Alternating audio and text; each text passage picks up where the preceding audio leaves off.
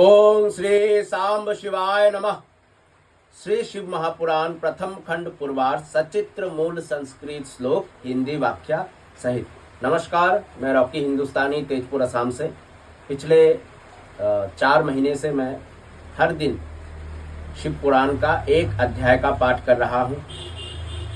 विद्वेश्वर संहिता मेरा कंप्लीट हो चुका है। अभी रुद्र संहिता के 2 खंड मैंने पढ़ लिए हैं। अभी मैं रुद्र संहिता के ही तीसरे खंड में हूँ, जिसका नाम है पार्वती खंड।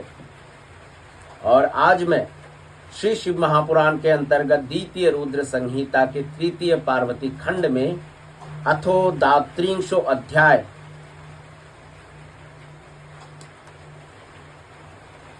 यानी के 32वें अध्याय, माफ कीजिए 32वां अध्याय मेरा हो चुका है। आज मैं 33वें अध्याय का पाठ करने जा रहा हूं।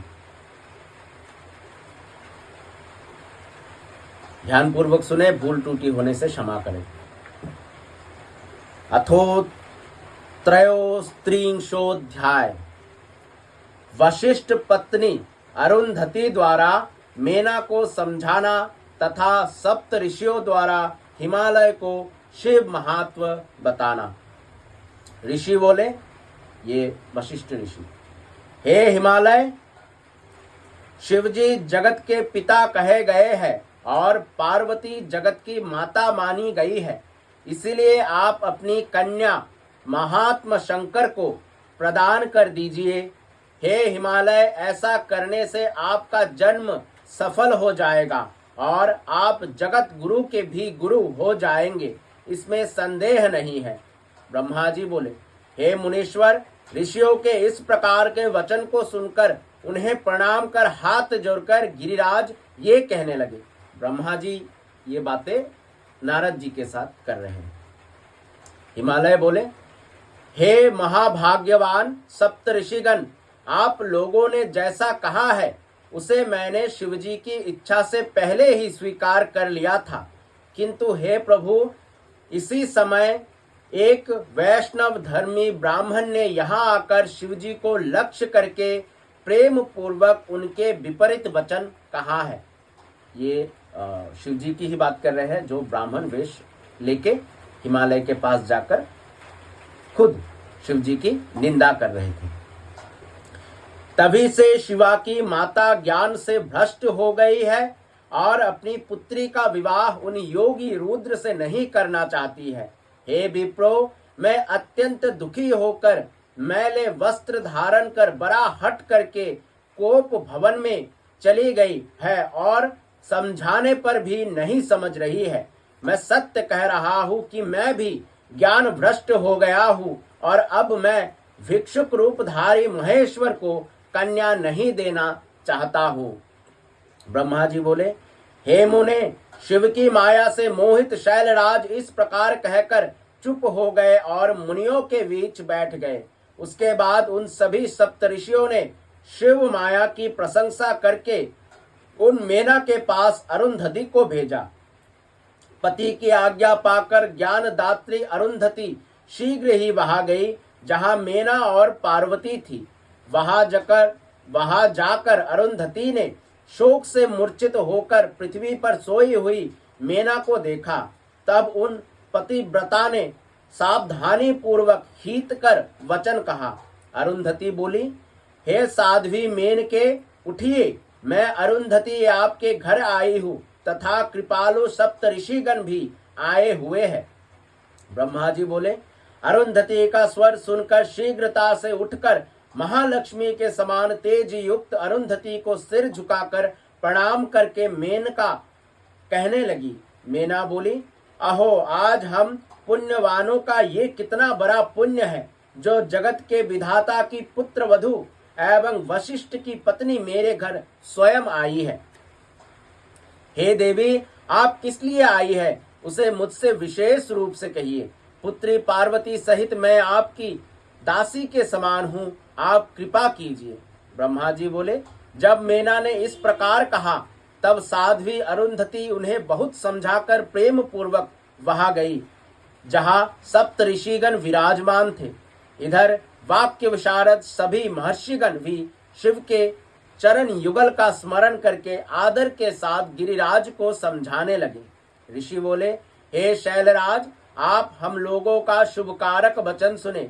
आप पार्वती का विवाह शिव के साथ कर दीजिए और संहार करता शिव जी के ससुर बन जाइए।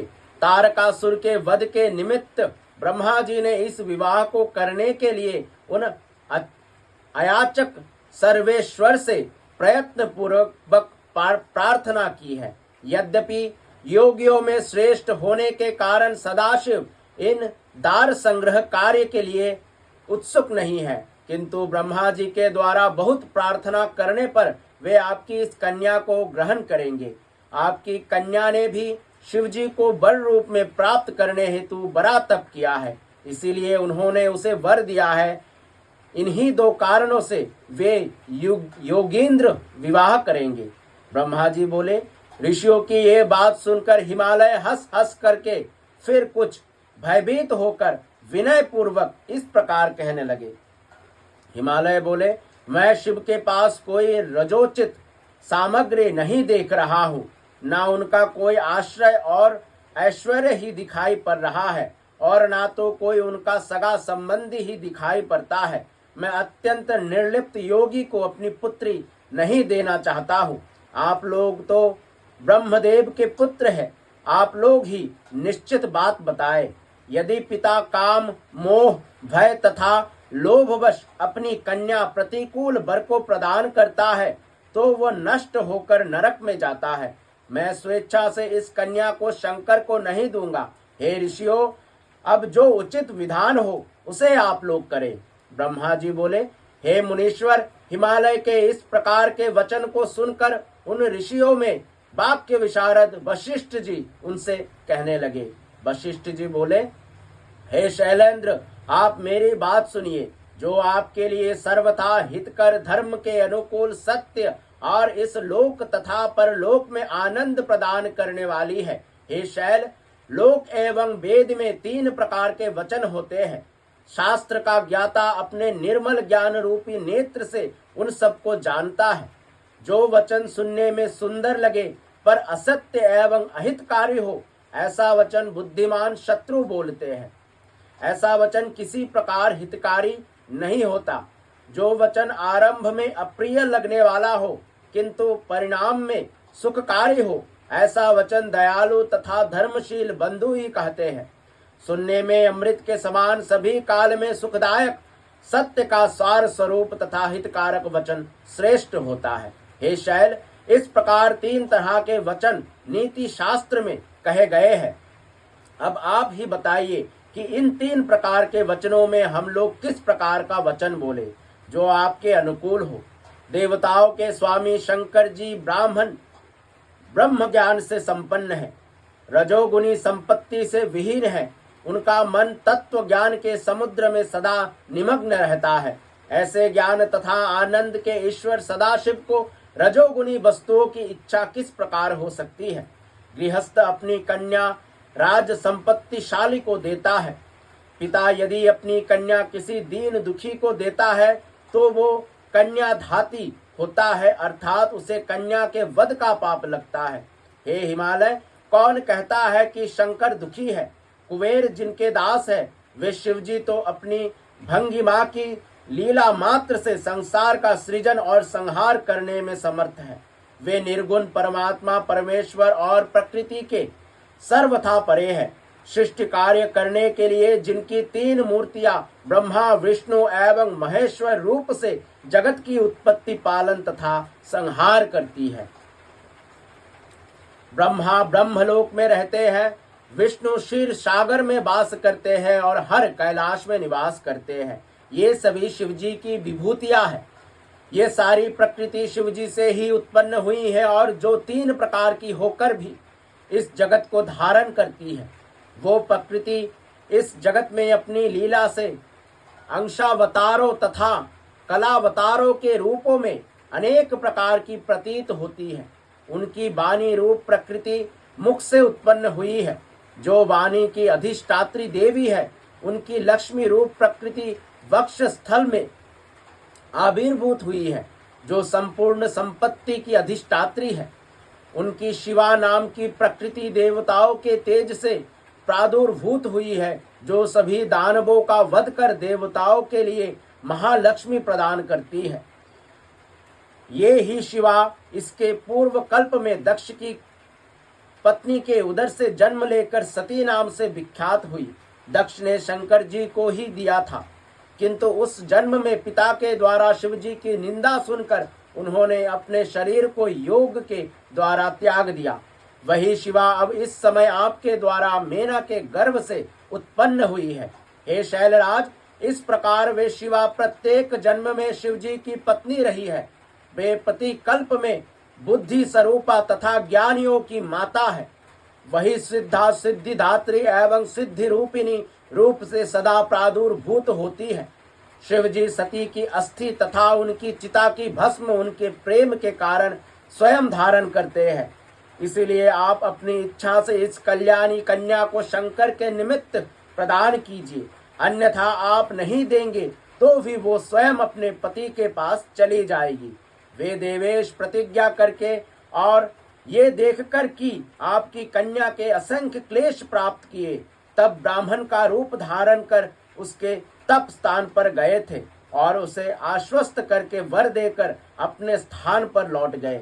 हे पर्वत, उसके प्रार्थना करने पर ही वे शिव जी आपसे शिवा को मांग रहे हैं।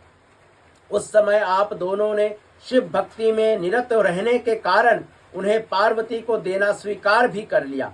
किंतु हे गिरीश्वर, अब आप दोनों की ऐसी विपरीत बुद्धि क्यों हो गई है, इसे बताइए। जब सदाशिव पार्वती की प्रार्थना हेतु तुम्हारे पास आए थे और तुमने उसे अस्वीकार कर दिया, तब यहाँ से लौटकर उन्होंने हम ऋषियों को तथा अरुंधति को शीघ्र ही भेजा है। इसीलिए हम लोग आपको उपदेश देते हैं कि आप इस पार्वती को शीघ्रता से रुद्र को प्रदान कीजिए। हे शैल, ऐसा करने से आपको महान आनंद की प्राप्ति होगी।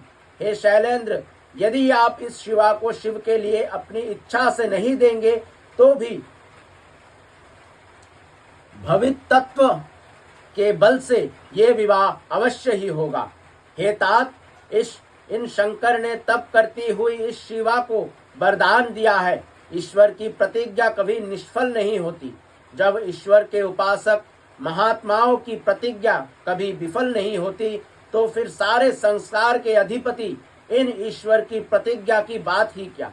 जब अकेले महेंद्र ने लीला से ही पार्वती के पंख काट डाले और पार्वती ने अकेली ही मेरु का शिखर ढा दिया, तो उन सर्वेश्वर की प्रतिज्ञा कैसे निष्फल हो सकती है।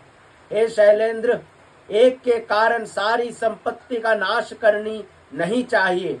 यही सनातनी श्रुति है कि कुल की रक्षा के लिए एक का त्याग कर देना चाहिए। हे शैलेश्वर, पूर्व काल में अनरण्य नामक राजेश्वर ने अपनी कन्या ब्राह्मण को देकर उसके शाप को भय से अपनी संपत्ति की रक्षा की थी। ब्राह्मण के शाप से भयभीत हुए उस राजा को नीति शास्त्र के ज्ञाता गुरुजनों ने एवं श्रेष्ठ बंधुओं ने समझाया था। हे शैलराज, इसी प्रकार आप भी अपनी इस कन्या को शिव के निमित्त देकर समस्त बंधु वर्गों की रक्षा कीजिए तथा देवताओं को अपने वश में कीजिए। ब्रह्मा जी बोले। वशिष्ठ के इस वचन को सुनकर कुछ हंस करके व्यथित हृदय से उन्होंने राजा अनरण्य का वृत्तांत पूछा। हिमालय बोले, हे ब्राह्मण, वो अनरण्य राजा किसके वंश में उत्पन्न हुआ था और उसने अपनी कन्या को देखकर किस प्रकार संपूर्ण संपत्ति की रक्षा की थी। ब्रह्मा जी बोले, हिमालय के इस प्रकार के वचन को सुनकर वशिष्ठ जी प्रसन्न चित्त होकर राजा अनरण्य का सुखदायक वृत्तांत उसे कहने लगे। इस प्रकार श्री शिव महापुराण के अंतर्गत द्वितीय रुद्र संहिता के तृतीय पार्वती खंड में गिरि सांत्वन नामक 33वां अध्याय पूर्ण हुआ। धन्यवाद। आने वाले अध्याय अथा चतुस्त्रिंशोध्याय, जो कि 34वां अध्याय होने वाला है तृतीय पार्वती खंड में, वहां सप्त ऋषियों द्वारा हिमालय को राजा अनरण्य का आख्यान सुनाकर पार्वती का विवाह शिव से करने की प्रेरणा देना। तो मैंने कभी राजा अनरण्य का बारे में नहीं सुना, तो आने वाले अध्याय में इस बारे में जानेंगे।